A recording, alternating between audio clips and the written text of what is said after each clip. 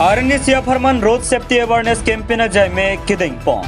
District Press Club of Karibi Anglong DTO, Dipu Karibi Anglong La Pendong Mokak Press Club and Parta, NSS Unit Thongnok Be College Atama Hin Pen, Chipatiripi Ponsi, Arnisia Farman Dong Mokak Thongnok Be College along Road Safety Awareness Campaign Jaime Kiding Pon Patu. Road safety to life Pothipi and Ponsi Penangan Nipen, District Press Club of Karibi Anglong La Pen, DTO, Dipu Karibi Anglong Atum College Kacharli Bom, Arisoy Jang Atum Long and Kahumridam, Patu Pondo. Bangsolong koson se tawar pikedam ke bang pen kecipa jok pon hekjima la pen cycle bike la pen car kebek pen koson se arona teng pen kebek ponan parta koson se kisung apor hot kecipa jok pen chenglok pen nang kinang sodalam phia puthak than pachini pon se mesen pen jai mek pachun pon denarong pen probhat rong pharnang ki palia birta malong news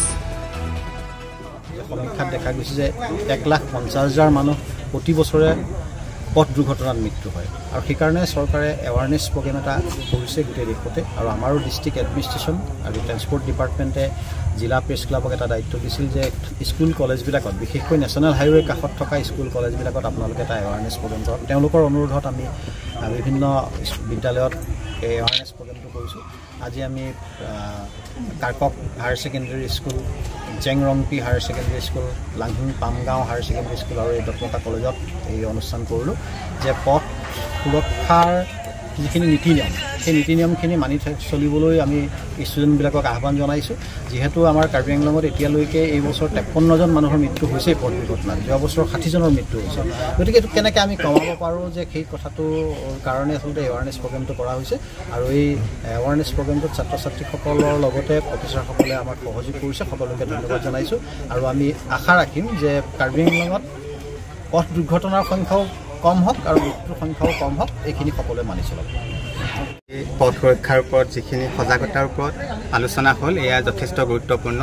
বিশেষকৈ কাৰ্বি আংলঙত আমাৰ নৱেম্বৰ ডিচেম্বৰ মাহত জনসংখ্যাৰ বহুত ভিৰ হয়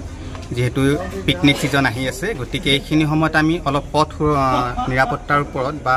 দুৰ্ঘটনাৰ ওপৰত হ'ব পৰা সম্ভাৱনাবিলাক আমি যদি ৰাইজক জনাব পাৰোঁ তেতিয়াহ'লে নিশ্চয় আমি মানুহৰ জীৱনখিনি বচাব পাৰোঁ এই চেগতে মই সকলো সাংবাদিক কাৰ্বি আংলং ডিষ্ট্ৰিক্টৰ ধন্যবাদ জ্ঞাপন কৰিছোঁ তেখেতসকলে আৰু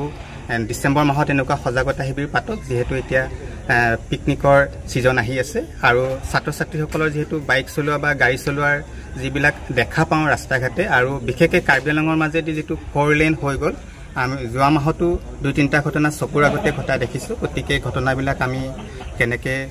বচাব পাৰোঁ মানুহৰ জীৱনখিনি গতিকে তেখেতসকলে এনেকুৱা এৱাৰনেছ কেম্পেইনিংখিনি আগবঢ়ায়